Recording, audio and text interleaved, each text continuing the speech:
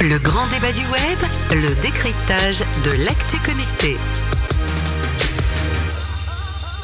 Salut tout le monde, content de vous retrouver. C'est le grand débat du web en version radio sur Radio Village Innovation. C'est également en version podcast. Alors là, le podcast, c'est absolument partout où on veut l'écouter.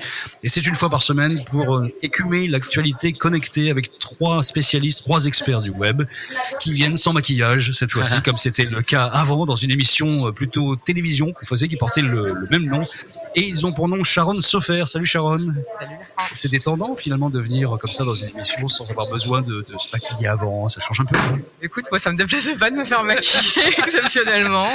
Sharon Sofer, Startup for Kids, c'est vraiment l'engagement en faveur des ados, des jeunes, des enfants, pour qu'ils apprennent à coder, qu'ils apprennent à comprendre ce monde-là. Hein. Oui, qu'ils deviennent acteurs de leur futur globalement, les préparer au monde de demain. Voilà. Et il y a des événements très régulièrement, il y en a un prochainement d'ailleurs. Oui, 18, 19, 20 novembre à l'école 42. C'est régulièrement, il y a souvent des choses à l'école 42 que tu fais toi. Et c'est vrai qu'il y a des recoupements d'intentions en fait entre l'école 42 et ce que tu fais toi très concrètement. De l'autre côté du duplex, on a Eric Dupin à Lyon. Salut Eric. Bonjour Vincent. Ça va bien? Ça va bien, ouais. Content de vous retrouver. Ouais, mais moi aussi. T'es dans un coworking à Lyon, là, t'es au milieu de plein de gens. Ça va, on te prend pas pour un animal bizarre à faire de la radio depuis ton PC là-bas? Non, j'ai prévenu mes coworkers, ça devrait bien se passer. On est pas mal ici. Et bon, les caméras manquent un peu, je les cherche, mais on va faire sans. Bon, Presse Citron, évidemment, ça, je sais pas si on présente encore Presse Citron aujourd'hui. Et puis une passion pour les drones qui se traduit par notamment Dronestagram, la plateforme, mais pas que, livres. Qu'est-ce qui s'est passé pour Dronestagram et pour le monde des drones pour toi depuis un petit moment là?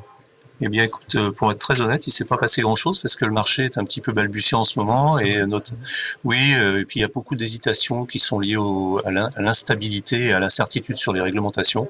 Donc tout le monde attend un peu. Donc nous, on continue notre bonhomme de chemin. On est en train de revoir un petit peu notre stratégie sur la plateforme. On garde la plateforme, mais on développe à côté une marketplace. Ça, j'en avais déjà parlé.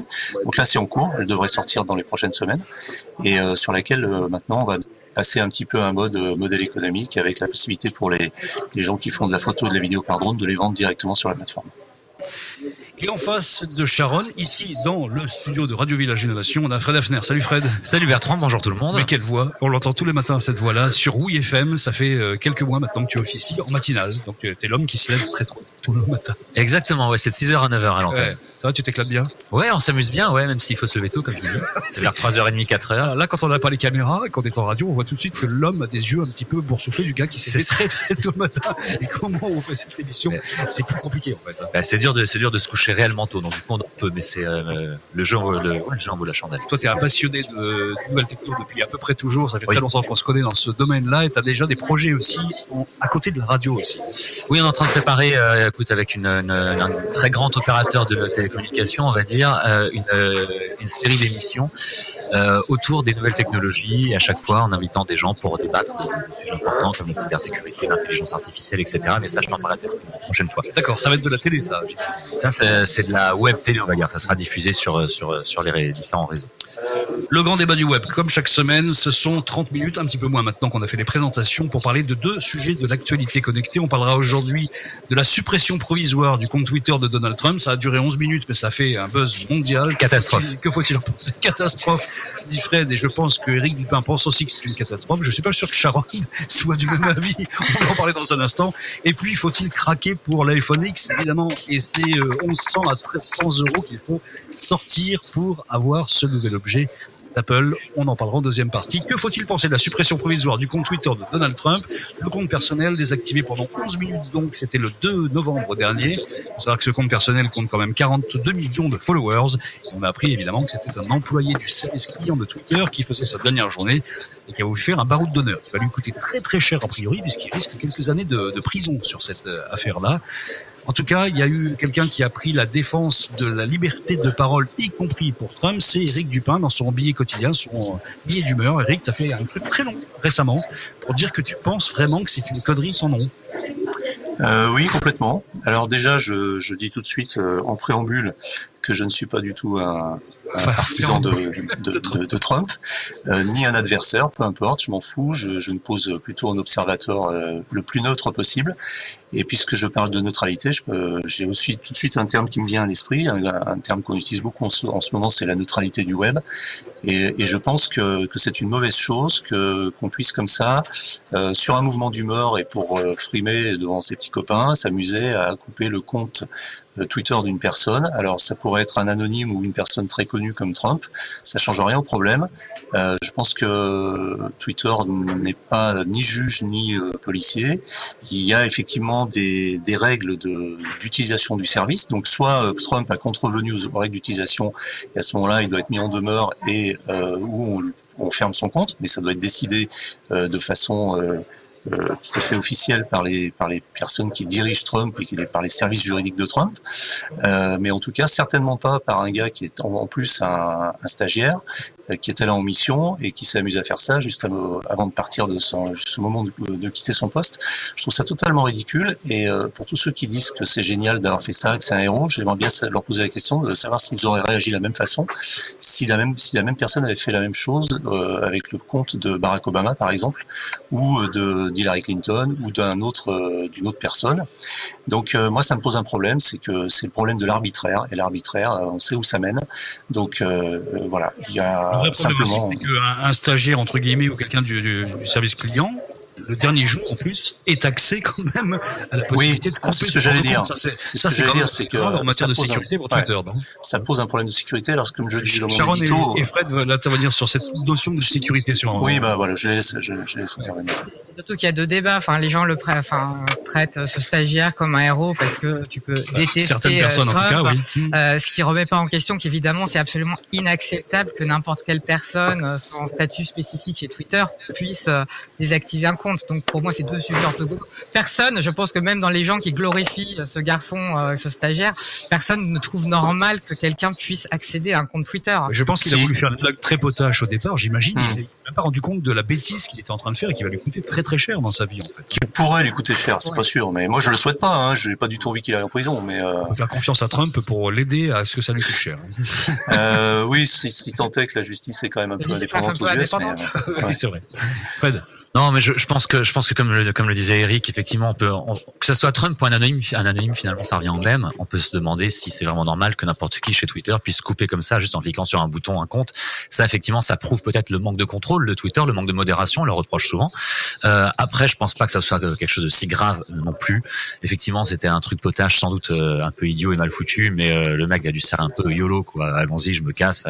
Ça a été coupé en 11 minutes, tout est revenu dans l'ordre. C'est pas non plus une grosse catastrophe, je pense. Puis il faut quand même rajouter, quand on parle d'éventuelle prison pour le jeune homme, que le compte de Donald Trump contredit aux règles d'utilisation et aux règles de Twitter, et que Twitter l'a officiellement reconnu en disant que puisque c'était le président des États-Unis, il ne couperait jamais son compte parce qu'il estimait que tout ce qu'il écrivait avait valeur d'information, mais son compte contredit les règles d'utilisation de Twitter, donc ce serait difficile qu'il attaque. Il y a cet événement-là, évidemment. Vas-y, Eric. Je pense effectivement, alors moi je sais pas, mais effectivement je l'ai dit aussi, les saillies de Trump doivent contrevenir assez régulièrement aux règles d'utilisation de Twitter. Oui, c'est officiellement connu. Voilà, mais cela dit, c'est pas le seul, et je pense que ça pose aussi un problème d'équité du traitement des personnalités sur Twitter. C'est-à-dire que si vous êtes connu et célèbre, il y a peu de chances qu'on vous coupe votre compte, même si vous contrevenez aux règles. Voilà. Parce que ce phénomène-là est arrivé parce qu'il y a ce gars qui veut faire son petit malin pendant quelques minutes et ça n'a pas plus d'influence que ça, même si ça fait un gros buzz derrière, parce que évidemment tous les médias du monde entier sont connectés 24/24 sur le Twitter perso de Trump pour voir quel est le dernier. Ne se reçoit absolument.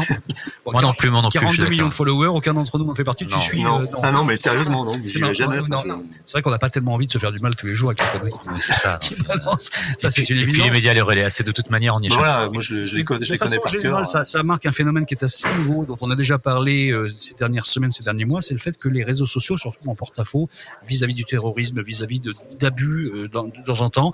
Et on a vu Facebook et d'autres couper certains comptes comme ça de façon peu arbitraire. Ouais. Et ça pose le vrai problème de qui est le gendarme du web à un moment précis, qui décide de couper un compte. Alors évidemment, quand il s'agit d'un compte ouvertement salafiste, ouvert sur le terrorisme, bon, tout le monde va être à peu près d'accord, sauf les 3 salafistes qui regardent ça pour dire qu'il faut le couper. Mais qui décide à un moment précis et jusqu'où on met la barre? Bertrand, pardon, mais c'est même pas une question d'être gendarme du web, c'est une question d'être maître chez soi. Et un directeur de la publication d'un magazine, par exemple, d'une radio ou n'importe quel média, est responsable de ce qui se passe dans ses pages. Par exemple, il peut refuser de publier telle ou telle lettre ou courrier des lecteurs, ou même tel article d'un de ses journalistes de sa propre rédaction. On peut comprendre. Alors c'est vrai que eux refusent le statut d'éditeur, mais moi j'estime qu'ils le sont. C'est tout le problème du statut de la plateforme. Mais c'est pour ça qu'ils le refusent. Les rend beaucoup plus responsables. Mais ce sont des éditeurs. Ils ont une responsabilité qu'ils ne veulent pas assumer s'ils deviennent éditeurs. Donc, voilà. D'où la modération a posteriori finalement. Ça marche. Alors qu'ils le feraient plutôt a priori, ils seraient plus sommés de le faire encore plus s'ils étaient éditeurs. Et dans les faits, ils le sont. Quoi. Mais c'est quand même un défaut de jeunesse du web. J'ai vécu ça moi en tant qu'éditeur d'un service à un moment précis. On se retrouve face à la responsabilité de je coupe ou je coupe pas. L'acte est technique, alors que la réalité, c'est que l'acte est politique. Il y a un entre-deux. On peut répondre ou nuancer, par exemple. On peut publier en nuançant. Tu vois, il peut y avoir une note de la rédaction. Il peut y avoir un entre-deux. Oui. Qu'est-ce que tu dis? Oui, complètement. Je suis bien d'accord avec ça. Oui, je suis d'accord avec ce que vient de dire Fred. Le problème, c'est que Twitter aujourd'hui est presque, déjà, c'est très difficile pour les éditeurs de Twitter d'intervenir et de nuancer, puisque par principe, la plateforme est complètement freestyle. C'est du 140 caractères, enfin maintenant 280, mais c'est quand même difficile d'intervenir dans ces échanges.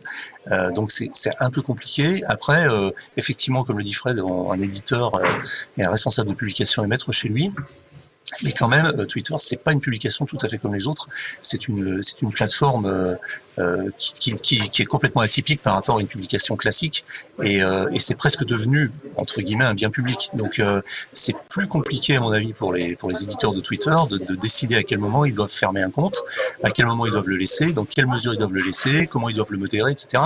que sur un site où je dirais comme les Échos ou comme Le Monde, où là on a une ligne éditoriale et on s'y tient. Le contenu n'est pas généré par les utilisateurs pour la plupart, mais par les journalistes du site. Donc c'est un petit peu différent. La question se pose aussi sur les commentaires, finalement, sur les sites de médias plus traditionnels. On a vraiment, et régulièrement, d'ailleurs, les fils de discussion sont coupés quand ils entravent trop. Mais en ce moment, on voit aux États-Unis Facebook qui se retrouve vraiment dans la tourmente, qui doit se présenter devant des conditions politiques parce que on lui reproche d'avoir servi un peu la soupe à des officines russes qui, sous couvert de prendre de la publicité, ont influencé finalement plus de 150 millions d'Américains qui ont été en contact avec des messages qui étaient des messages de fake news au profit notamment de Trump. Et on s'aperçoit quand même qu'il y a une vraie responsabilité de médias pour tous ces gens-là. Est-ce qu'à un moment précis, on ne va pas arriver à un système où finalement couper Trump est un scandale? On est bien d'accord dans l'absolu, mais laisser Trump balancer autant de fake news à 42 millions de personnes, c'est aussi la responsabilité d'un éditeur à un moment précis. Qu'est-ce que vous en pensez de ça? Où est la limite? Est-ce qu'on peut laisser à un moment précis autant de mensonges? Si on considère que les Russes font des mensonges et des fake news, Trump en donne aussi tous les jours. C'est difficile dans la mesure où c'est un président démocratiquement élu d'un pays, en l'occurrence de la première puissance mondiale. Ça n'empêche pas de balancer des nouvelles qui sont absolument fausses. Tout le monde le sait, en grande partie en tout cas. Oui, mais il y a aussi des services de désintox et de fact-checking dans les différents médias, y compris américains, qui jour après jour démontrent ce qu'il dit. Après, à chacun là aussi de choisir le média qu'il suit.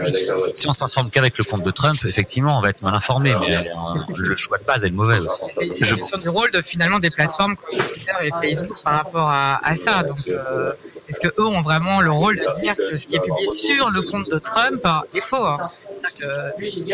Vraiment se positionner, ne pas être éditeur. On est quand même, reconnaissez-le, dans une position qui devient instable dans les réseaux sociaux, c'est-à-dire qu'à un moment précis, tiens, ça sonne. Je ne sais pas qui nous appelle. Eric. C'est Eric qui nous appelle. À un moment précis, on est en train de dire qu'il est difficile pour un éditeur comme Facebook, par exemple, de laisser passer de la publicité qui véhicule des choses qui ne sont pas vraies. La publicité, c'est un sujet différent du fil d'une personne. La publicité, ils sont payés pour avoir de la publicité. De dire à un moment qu'ils refusent d'accepter de l'argent de publicité qui sont explicitement des fake news, c'est quand même, pour le coup, leur boulot. Moi, je pense que c'est un autre débat, en fait. Oui, Eric.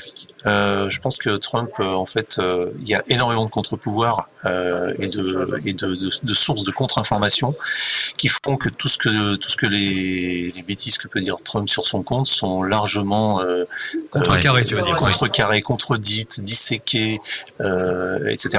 Et je crois pas, il y a pas beaucoup de risques. En fait, Trump, c'est un petit peu une caricature, et je pense que personne n'est dupe, à part peut-être quelques personnes qui le suivent de façon un peu naïve, mais je crois que personne n'est dupe. Et le problème, je suis pas du tout d'accord. Le problème n'est pas vraiment là.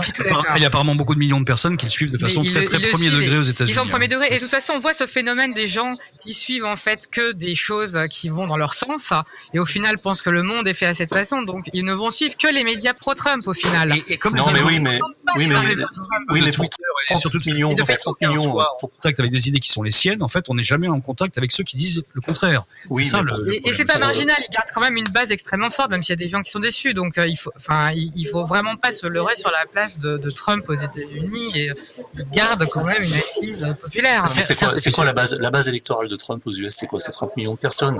C'est rien par rapport à enfin, le reste des US déjà, et puis le reste du monde. Il ferait lire quand même, mais quand même. Ouais.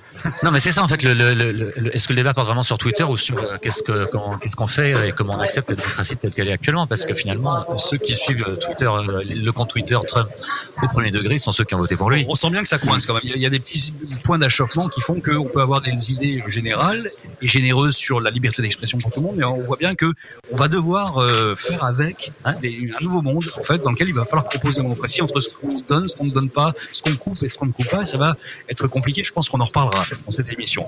Au milieu de l'émission, avant de parler de l'iPhone X, vos plus 1, vos moins 1. En clair, vos coups de gueule ou vos coups de cœur. En l'occurrence, c'est coup de cœur ou coup de gueule pour toi, Sharon?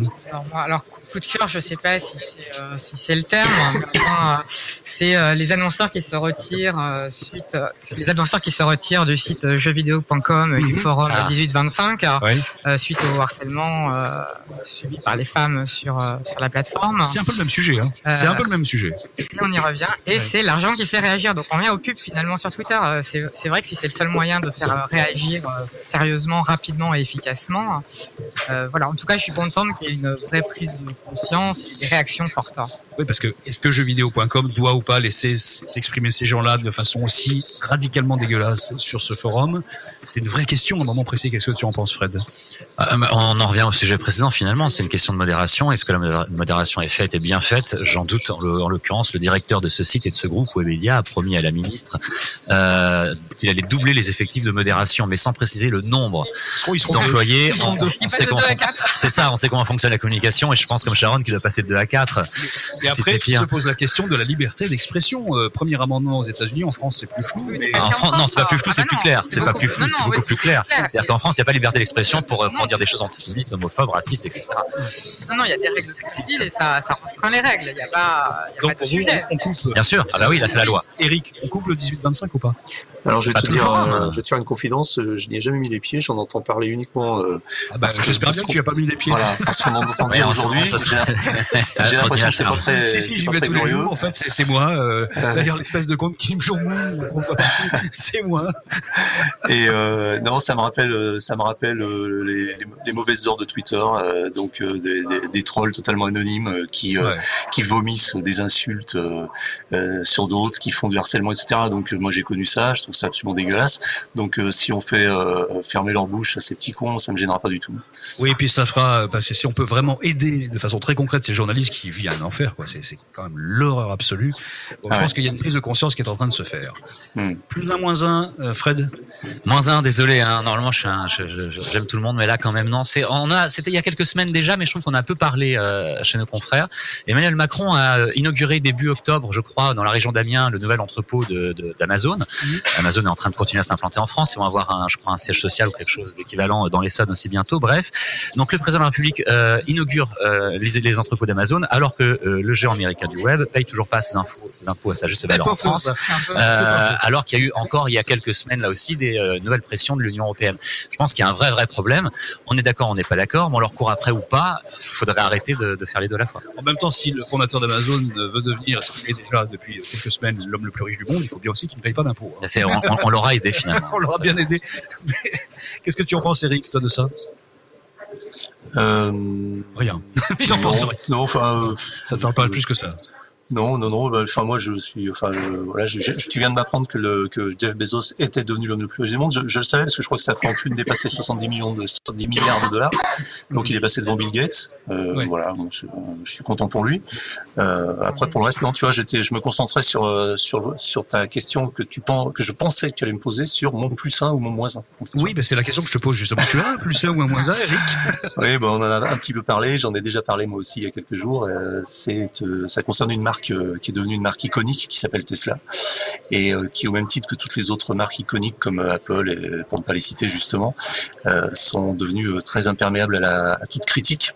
Et aujourd'hui, Tesla balade un peu ses clients avec des délais à rallonge qui ne cessent de s'allonger parce que suite aux effets d'annonce et aux 500 000 précommandes du modèle 3, ils découvrent aujourd'hui la lune, c'est-à-dire qu'ils s'aperçoivent que leur usine n'est pas prête à délivrer en temps voulu et les délais de livraison s'allongent. Donc pour les clients, c'est un peu dur parce que les gens qui se sont dépêchés de commander une voiture qui est présentée comme évidemment très révolutionnaire, ce qui est la réalité, et qui devait arriver fin 2018, plutôt fin 2017 d'ailleurs, hein, sera plutôt maintenant livré fin 2018 voire 2019. Bertrand nous en parlait tout à l'heure, il est très embêté d'ailleurs. Ah, moi je suis extrêmement embêté, j'en ai commandé 5, alors bon, c'est vraiment... Ouais, non mais tu vois, tu vas être obligé d'attendre encore un peu plus. Qui d'entre vous a craqué ou va craquer pour l'iPhone X? Alors moi jamais de la vie, Bertrand. Jamais de la vie. Alors j'avoue que je suis très Apple addict. J'ai presque tous les gadgets de cette marque, j'aime beaucoup, etc. Mais il y a un moment, il y a des limites. Effectivement, c'est un SMIC, 1300 €. Ouais. Un SMIC pour avoir un téléphone. Alors je suis tout à fait conscient que faut pas dire juste téléphone, ce sont de vrais ordinateurs, ça remplace pas mal de choses. Je peux pas m'en passer, etc. Mais là, celui-ci est vraiment beaucoup trop cher par rapport à ce qu'il apporte. Je veux dire, la reconnaissance faciale à la place de la reconnaissance digitale, rien à faire. Alors, ça coûte 1 300 € et ça coûte à la fabrication 357 € précisément. À ce qu'on a appris cette semaine, ça fait quand même une petite marge sympa, même s'il faut comptabiliser évidemment les transports, la distribution, des choses comme ça. Mais enfin, c'est quand même 4 fois le prix d'origine. Oui, et toutes ces taxes que le gouvernement irlandais leur prend en plus, tout ça, c'est facile. C'est vrai aussi. C'est vraiment un problème, c'est un peu. C'est ça. Oh là. C'est vrai qu'Apple se fait signer, c'est ça. Il faut aussi reconnaître ça, c'est qu'Apple se fait signer. Sharon, iPhone ou pas iPhone, toi? Alors moi je suis iPhone, mais maintenant je ne change d'iPhone que quand mon ancien iPhone est vraiment trop vieux, c'est-à-dire tous les 6 mois. Non, justement. T'inquiète pas, la prochaine mise à jour, il va devenir très très lent. C'est ça. Donc, donc je refuse. Je suis au 7, donc je pense que j'attendrai le 11, 12, 13 ou quelque chose comme ça. C'est vrai, tu penses vraiment que tu vas traîner celui que tu as là, qui est joli d'ailleurs avec son petit bord rose, tu vas le traîner très longtemps. Ouais, j'ai très longtemps. Faut pas. Non, sûrement pas. Puis je suis pas très soigneuse avec mes affaires, donc c'est un autre sujet. Mais en tout cas, non, il est hors de question que je cède à chaque génération d'iPhone, même si le prochain sera sûrement encore un iPhone. Sur mon téléphone Samsung, qui fait aussi chronomètre, on me dit qu'il reste pas beaucoup de temps, donc on va faire assez rapidement un deuxième tour de table et un premier d'ailleurs pour ce qui concerne Eric. Sur cet iPhone, toi, t'es assez gadget quand même. Est-ce que tu craques ou pas, Eric? Alors craquer, c'est pas le mot.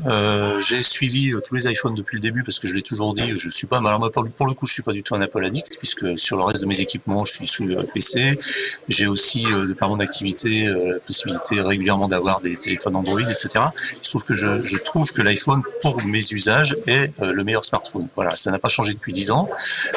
Maintenant, je suis avec un 7 Plus 256 Go, donc la génération précédente qui a à peine un an. Et pour la première fois, je vais pas réellement me précipiter. D'ailleurs, je me précipite pas à chaque fois. J'ai jamais fait la queue pour acheter un iPhone. J'attends un petit peu que la hype retombe et puis je vais aller tranquillement dans un Apple Store d'ici quelques semaines ou quelques mois pour probablement prendre un iPhone 10, mais pour plein de raisons, pour des raisons déjà professionnelles. D'ailleurs, je suis pas un très bon professionnel parce que si je l'étais, j'aurais déjà un iPhone 10 depuis le début. J'aurais déjà publié un test sur Presse Citron. Donc, je l'ai pas fait.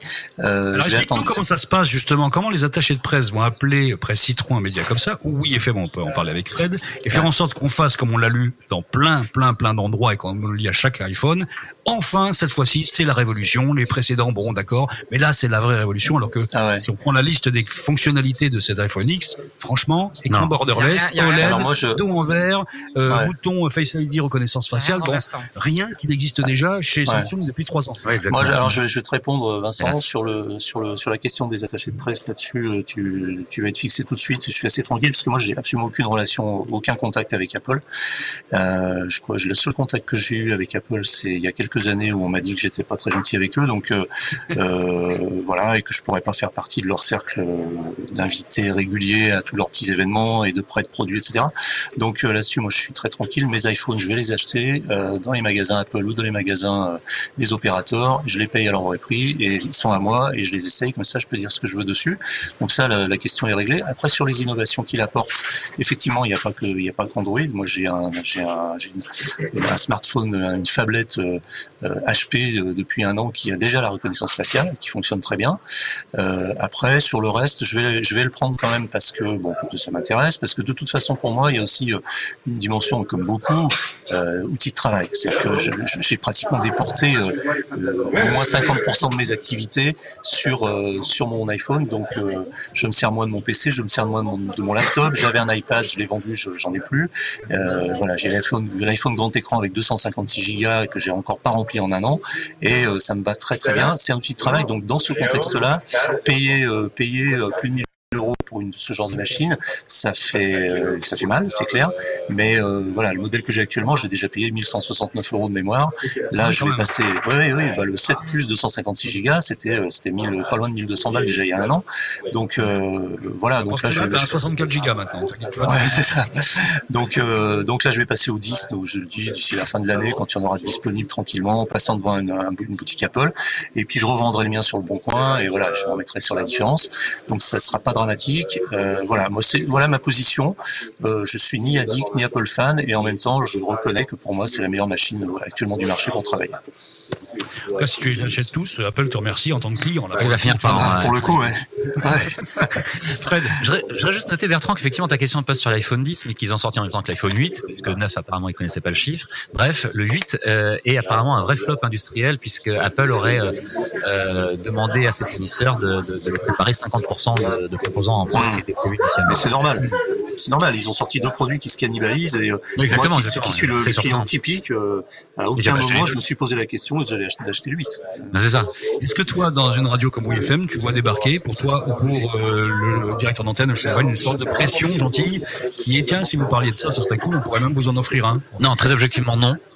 C'est des choses qui existaient au début de ces téléphones, au début de ces choses-là. Maintenant non. Maintenant, je pense que s'ils le font, ils s'attaquent à des très très gros médias. Et nous, on compte nos auditeurs qu'en centaines de milliers, pas en millions. Donc voilà, mais non, maintenant ça se fait. Est-ce que les uns les autres, vous avez vu la géniale, faut le dire comme ça, pub Samsung pour oui, le Samsung? Oui. Vous avez vu ça? C'est quand même absolument. Qui me raconte cette pub là? Tu l'as vu? Bah tiens, vas-y. Non, j'en serais incapable. Je laisse vraiment faire. En fait, Samsung raconte depuis 3 ans qu'à chaque fois qu'il y a un iPhone qui sort, tout était déjà dans les Samsung et que vraiment les gens sont super contents.